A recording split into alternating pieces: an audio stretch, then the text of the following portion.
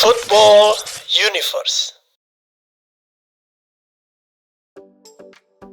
Tanpa beristirahat, setelah pulang dari Paris, Sintayong langsung fokus menyiapkan timnas senior untuk kualifikasi Piala Dunia 2026.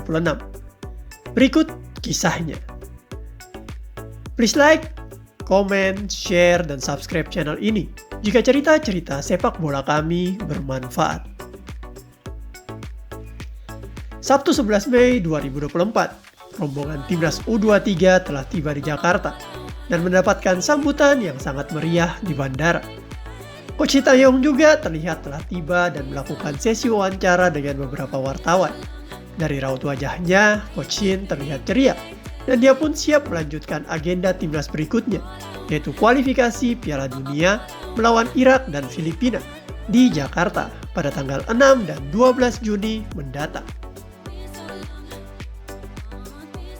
Di bandara, Coach Shin memang mengungkapkan kekecewaannya terhadap partai terakhir saat melawan Guinea. Dia berpendapat bahwa kepemimpinan wasit di pertandingan tersebut sangatlah merugikan bagi Garuda. Dua buah penalti yang seharusnya tak dihadiahkan karena memang tidak sesuai dengan aturan yang berlaku. Tetapi semua sudah terjadi, Coach Shin dan para pemain juga sudah dapat move on dari kejadian tersebut. Dan kini para pemain U23 sudah kembali ke Jakarta, serta ke beberapa kota di Eropa untuk melanjutkan petualangan mereka bersama klub masing-masing. Coach Shin sendiri akan langsung bekerja di Jakarta untuk melakukan persiapan teknis maupun non-teknis terhadap laga tanggal 6 Juni nanti, yang hanya tersisa 3 minggu. Coach Shin sangat yakin Indonesia mampu mengalahkan Irak maupun Filipina, karena faktor bermain di kandang serta adanya kedalaman skuad yang lebih baik kali ini.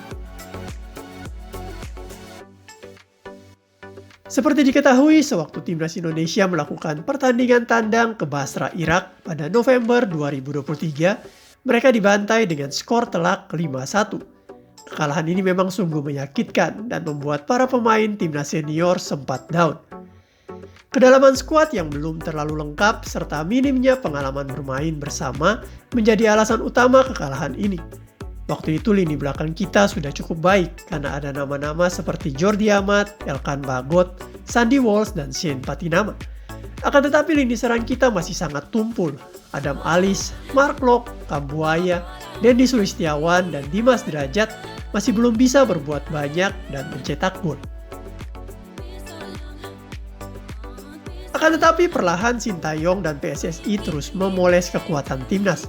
Beberapa pemain baru kemudian didatangkan dan hal ini tentu saja mengubah cara bermain timnas Indonesia. Kehadiran nama-nama seperti Rafael Strijk, Ivar Jenner, Justin Hubner, Jai Itses, Tom Haye, Murat Mangun, dan Nathan Cho sangat membantu timnas kembali ke track yang benar. Pada pertandingan lanjutan kualifikasi Piala Dunia 2026 melawan Vietnam, ternyata timnas mampu tampil sangat baik dengan menang 2 kali, yaitu menang di Jakarta 1-0 dan menang di Hanoi 0-3. Hasil positif ini tentu langsung membuat posisi Indonesia berada di posisi kedua klasmen, yang berarti kesempatan untuk lolos putaran ketiga terbuka sangat lebar. Laga tanggal 6 dan 12 Juni nanti menjadi penentuan. Jika Indonesia bisa memenangkan salah satu laga, maka otomatis Indonesia akan menemani Irak lolos ke putaran ketiga. Tetapi Sintayong ingin Garuda menang di kedua laga tersebut. Selain ingin balas dendam terhadap Irak yang 2 kali, bahkan 3 kali mengalahkan Indonesia dalam 6 bulan terakhir, Sintayong juga ingin menumbuhkan rasa percaya diri kepada para pemain Garuda. Untuk itu, sepulang dari Paris, Sintayong langsung menuju kediamannya dan masuk ke ruang kerjanya untuk meramu skuad Garuda yang akan dipakainya di pertandingan melawan Irak. Rencananya dia akan mulai menghubungi para pemain dalam waktu dekat agar mereka juga mampu mempersiapkan diri dengan baik. Jika tak ada cedera ataupun kendala minor lainnya, maka kemungkinan semua pemain dapat berkumpul di Jakarta seminggu menjelang pertandingan. Jadwal ini cukup baik karena rata-rata liga di bulan Juni 2024 telah selesai dan para pemain dapat lebih fleksibel untuk meninggalkan klubnya. Jika hal ini terjadi, maka Sintayong akan diperkuat pemain-pemain terbaiknya dan akan ada banyak pilihan untuk mendapatkan formasi terbaik di laga melawan Irak. Untuk penjaga gawang, saat ini Sintayong sepertinya condong ke 3 nama, yaitu Hernando Ari, Nadeo Argawinata, dan kiper baru Garuda yang baru dinaturalisasi, yaitu Martin Paes. Kehadiran Paes tentu saja membuatnya menjadi pilihan utama karena pengalaman dan skill yang dimiliki. Hal ini membuat gawang Garuda akan terasa lebih aman karena Martin Paes tentu akan mengeluarkan kemampuan terbaik di laga perdananya bersama Garuda.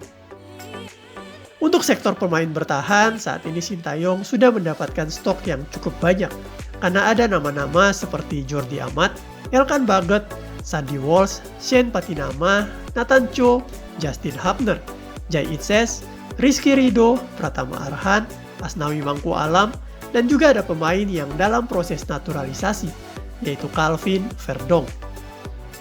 Hal ini membuat Sintayong dapat menjalankan sistem pertahanan dengan sangat maksimum. Bayangkan saja, 3 bek utama yaitu Jordi Amat, Jai Itses, dan Justin Hubner. Atau bisa juga dipasang Elkan Baggett, Jai Itses, dan Nathan Cho.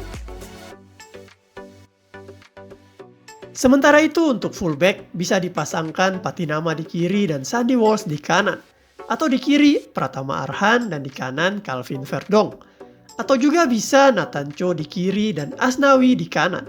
Ada banyak pilihan yang membuat Sintayong nyaman menentukan pemain utama dan pelapis di lini belakang ini. Di lini tengah, Sintayong akan bertumpu pada pemain kreatif Heerenveen, yaitu Tom Haye, dan pemain muda FC Utrecht, yaitu Ivar Jenner. Kedua pemain ini sepertinya masih akan dilapisi oleh Ricky Kambuaya dan Mark Klok.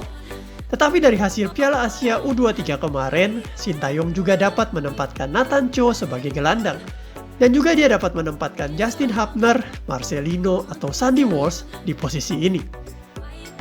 Salah satu gelandang kelas A yang sedang coba diproses kewarganegaraannya adalah Jairo Riedewald yang sekarang bermain di Crystal Palace.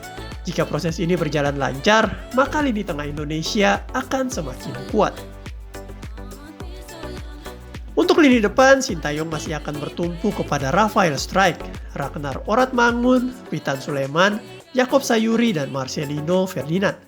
PSSI dan Sintayong memang masih terus mencari striker-striker kelas A yang tajam, tetapi kemungkinan belum bisa bergabung di match ini. Hanya saja Sintayong masih cukup yakin dengan striker-striker yang ada, dan biasanya dia pun menyertakan Ramadan Sananta dan Hoki Caraka sebagai backup. Tentunya dengan waktu 3 minggu yang tersisa, Sintayong dan tim PSSI akan terus bekerja keras dalam menyusun kerangka timnas yang akan ditampilkan. Dengan kedalaman skuad saat ini, Sintayong yakin dapat lolos ke putaran ketiga kualifikasi Piala Dunia. Dan tentunya Coach Shin akan terus berburu pemain-pemain grade A untuk masuk skuad Garuda. Kekuatan Garuda terus ditingkatkan karena salah satu impian Coach Shin adalah membawa Garuda terbang ke Piala Dunia. Apakah hal ini akan terrealisasi? Kita tunggu saja penampilan Garuda di tanggal 6 Juni 2024. Maju terus Timnas Indonesia.